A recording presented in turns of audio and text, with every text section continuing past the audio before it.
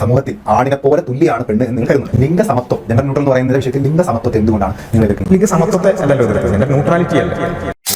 ഇന്നമൻ നിസാഉ ശഖാഇഖുർ ഇത് റസൂലിന്റെ മുഹമ്മദ് നബിയുടെ വാചകമാണ്. സ്ത്രീ പുരുഷനെ പോലെ തന്നെയാകുന്നു എന്നുള്ളത്. ആണിനും പെണ്ണിനും സെയിം വാല്യൂ ആണ് ഇസ്ലാമിൽ കൊടുത്തിട്ടുള്ളത്. അപ്പൊ അതുകൊണ്ട് തന്നെ ഒരു സമത്വത്തെ എതിർക്കുക അല്ലെങ്കിൽ ആ ഒരു കാര്യത്തെ എതിർക്കേണ്ട ഒരു കാര്യമില്ല. എന്നാൽ ഇസ്ലാം എതിർക്കുന്ന ഒരു ഇക്വാളിറ്റി ഉണ്ട്. അതേതാണെന്ന് ചോദിച്ചാൽ ഒരു അബ്സല്യൂട്ട് ഇക്വാളിറ്റി. ഇപ്പോൾ ഖുർആനിൽ തന്നെ ഉണ്ട്, വലൈസദ്ദക്കറുൽ ഉൻസ, ആണ് പെണ്ണിനെ പോലെയല്ല. അത് ശാരീരികമായി മാനസികമായി പല വ്യത്യാസങ്ങളുണ്ട്. ഇസ്ലാമിന്റെ പൊസിഷൻ എത്ര ഉള്ളൂ, വ്യത്യാസങ്ങളെ വ്യത്യസ്തമായി പരിഗണിക്കണം. പലപ്പോഴും ഒരു അബ്സല്യൂട്ട് ഇക്വാലിറ്റിക്കാരുടെ വാദം എന്ന് പറഞ്ഞാൽ ഈ വ്യത്യാസങ്ങളെ ഒരേപോലെ പരിഗണിക്കണം.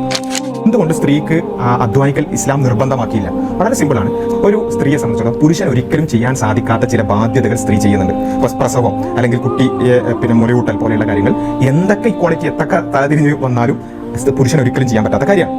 ഇങ്ങനെ ഓൾറെഡി അമിത ബാധ്യതയുള്ള സ്ത്രീയുടെ മുകളിൽ നമ്മൾ സാമ്പത്തികമായ ആ ഒരു ഉത്തരവാദിത്വം കൂടി 50-50 കൊടുത്താൽ അവിടെ ഇക്വാലിറ്റി വരും, പക്ഷെ അനീതി വരും. ഇതിന്റെ ഒരു പോസിറ്റീവ് വശം കൂടി ഞാൻ പറയാം. ഇസ്ലാമിക് സിവിലൈസേഷനിൽ നമുക്ക് ഖലീഫമാരുടെ ഒക്കെ കാലഘട്ടത്തിൽ നമുക്ക് കാണാൻ പറ്റുന്ന ഒരു കാര്യം എന്താ വെച്ചാൽ, ആദ്യത്തെ യൂണിവേഴ്സിറ്റി, ഈ മോഡേൺ ഏജിലുള്ള ആദ്യത്തെ യൂണിവേഴ്സിറ്റി ഫാത്തിമ അൽ ഫിഹരി എന്ന് പറയുന്ന ഒരു മുസ്ലിം സ്ത്രീയാണ് സ്ഥാപിച്ചിട്ടുള്ളത്. എന്തുകൊണ്ടാണ് അവർക്ക് മദ്രസകളും യൂണിവേഴ്സിറ്റികളും സ്ഥാപിക്കാൻ പറ്റിയത്? അവരുടെ കയ്യിൽ പാരമ്പര്യമായി കിട്ടിയതും അതേപോലെ തന്നെ അല്ലാതെ കിട്ടുന്ന വെൽത്ത് അവരുടെ അടുത്ത് അക്യുമുലേറ്റ് ചെയ്യുന്നു. ഇങ്ങനെയുള്ള ഒരു ലോകവീക്ഷണമാണ് മുസ്ലിങ്ങൾക്കുള്ളത്. അതൊരിക്കലും എന്ത് ചെയ്യരുത്, സ്ത്രീകൾ ജോലിക്ക് പോകാൻ പാടില്ല അല്ലെങ്കിൽ അവർ മാറ്റി നിർത്തണം എന്ന ഒരു രീതിയിലേക്ക് അതിനെ ടെസ്റ്റ് ചെയ്യാൻ പാടില്ല. ഇസ്ലാം വളരെ പോസിറ്റീവായിട്ട് സ്ത്രീക്ക് ആ ബാധ്യത കൊടുക്കരുതെന്ന് മാത്രമാണ് പറഞ്ഞത്.